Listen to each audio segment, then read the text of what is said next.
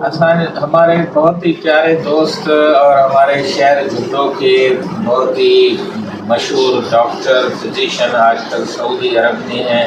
السلام علیکم سر، آپ اپنا تعارف کرائیں. میرا نام ڈاکٹر امانت اللہ خان ہے اور میرا آبائی شہر تو جھنڈو ہے.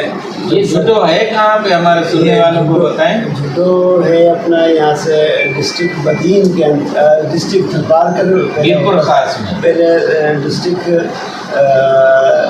تھرپال کا ہوتا تھا، لیکن آج کل ڈسٹرکٹ میں تو خاص ہے. اور یہ یعنی کہ اپنا ڈگری سے آگے جائیں گے کرنو جانو جو ہے جھنڈو سے آگے. کچھ یادیں تھوڑی بچپن کی بتائیں. وہاں اسکول میں کون سے اسکول میں پڑھے، انٹر کہاں سے کیا، تھوڑا تعلیمی سفر اپنا بتائیں. بچپن جو ہے پرائمری اسکول جھنڈو جو ہے گورنمنٹ ہائی اسکول جھنڈو سے میں نے 5ویں کلاس پاس کی. یہ کون سا سال ہے؟ پرائمری کا مجھے یاد نہیں، لیکن میٹرک کا مجھے 1982 میں نے میٹرک کیا وہاں سے 1 گریڈ میں نے میٹرک کیا تھا. میرے والد صاحب وہاں پر ان کی سائیکلوں کی دکان تھی. وہاں پر سائیکلوں کی کون سی بازار میں تھی؟ یہ شاہی بازار کے اندر، شاہی بازار میں. ابھی تک وہ دکان ہے یا اب کچھ بھی نہیں ہے؟ وہ وہاں سے ہم شفٹ ہو گئے تھے بہت حیات خاص کے لیے جھنڈو کے برابر. جی. وہ دکان اب تک موجود ہے، وہ اسی حالت میں ہم نے رکھی ہوئی ہے. اور سائیکلیں بھی ہیں وہاں پہ رکھی ہوئی ہیں، بند کی ہوئی ہے فی الحال. بند کی ہوئی ہے. تو یہ بہت دلچسپ ہے جھنڈو جو ہے. تو یہ تو آپ بدین والی سائڈ پہ چلے. اچھا، اب تھوڑا آپ بتائیں آپ کے بچے کتنے ہیں اور آپ کی جو فیملی کی، تھوڑا والد صاحب کیا کرتے تھے، کہاں سے تھے؟ آپ نے بتایا پٹھان ہے. پٹھان تو جھنڈو میں اور بھی تھے، لیکن آپ کیا ہندوستان والے پٹھان ہیں یا پاکستان والے؟ اور میرے والد صاحب 47 میں مائگریٹ کر وہاں پر آئے تھے. کہاں سے؟ جے پور سے مائگریٹ کر کے آئے تھے سانگی. ٹھیک ہے. ڈسٹرکٹ بدین جو اس وقت ہے ڈسٹرکٹ بدین، پھر وہاں سے وہ شفٹ ہو گئے تھے جھنڈو. وہیں پہ ان کی دکان تھی سائیکلوں کی، وہاں پر کام کرتے تھے. میں نے میٹرک تک اسی دکان پر سائیکلوں کا گیس ویلڈنگ کا کام کیا. پھر تعلیمی سفر تھوڑا میٹرک کے بعد آگے میٹرک کے بعد میں نے انٹر کیا میرپور خاص سے، شاہ عبد اللطیف کالج میرپور خاص سے. جی. اور وہاں پہ ایک ہاسٹل میں رہتے تھے؟ نہیں، وہاں پہ میں نے ہمارا ایک رہائش تھی چھوٹی سی کھار پاڑے کے. جی. کھار پاڑے میں وہاں پہ رہائش تھی. ٹھیک ہے. تو 84 میں وہاں سے میں نے انٹر کیا. 85 میں میرا ایڈمیشن ہو گیا LMC کا. ہم نے 83 میں پاس کر لیا تھا، تو اس کا مطلب ہے کہ ہم ڈاکٹر بن چکے تھے، آپ شاگرد بن چکے تھے. اور دونوں جھنڈو کے تھے. میں بھی سامعین کو بتاتا ہوں. اور ہمارے ڈاکٹر حسین بشکودہ کی YouTube اور فیس بک اور جو دوسری سوشل میڈیا پہ ہم بات چیت کرتے رہتے ہیں. اس کا مقصد یہ ہے کہ ہم اپنے جو خوبصورت لوگ ہیں جنہوں نے کچھ زندگی میں اچیو کیا ہے، ان کی جو زندگی کو ہمارے نوجوانوں کو انسپائر کرنے کے لیے، انہیں موٹیویشن کرنے کے لیے ہم آپ سے یہ انٹرویو کر رہے ہیں. امید ہے آج کل کے نوجوان وہ ضرور سنیں گے. تو پھر آپ نے MBBS کب کیا؟ سر اس سے پہلے میں تھوڑا سا بتاؤں. میرے خیال سے آپ 84 کے اندر میڈیکل آفیسر تھے سول اسپتال میں. بالکل خاص میں، بالکل. تو اس وقت میرے 2 جگہ پر ایڈمیشن تھے. ایک تو میرا شاہ لطیف کالج میں تھا، دوسرا میرا UTC کا ایڈمیشن تھا سول ہاسپٹل میں. UTC بھی کیا ہے اس وقت. آپ تو اس کا مطلب ہے کہ آپ کے ساتھ ہمارا جو رشتہ ہے وہ مضبوط ہے. اچھا ٹھیک ہے. تو آپ نے یہ UTC بھی کر لیا، یہ بھی کر لیا. کیا آپ دانائی آپ نے استعمال کی یا کوئی رسک کو کنٹرول کرنا؟ وہ UTC کا کورس میں نے اس لیے کیا کہ میری والدہ کو فالج تھا، تو ان کو انجیکشن لگانا، اور وہ ہیمیپلیجک تھی، تو ان کو YouTube سے ہم یعنی کہ کھانا چاہیے. اب آپ ڈسپینسر بھی بنے، ڈاکٹر بھی بن گئے. اب LMC میں کب آپ نے ہاؤس جاب وغیرہ کیا، کہاں کیا؟ میں نے ایک یعنی کہ 85 میں ایڈمیشن تھا، 90 میں ہمیں پاس کرنا تھا، لیکن اس دوران ہنگامے وغیرہ تھے. تو 92 میں نے MBBS کیا. اور اس ٹائم اپنا پرنسپل کون تھا؟ 90 ارشاد موریانی صاحب تھے. LMC کی کوئی دلچسپ یاد بتائیں جو آپ کو ابھی تک ستاتی ہو، کسی سے کوئی آپ نے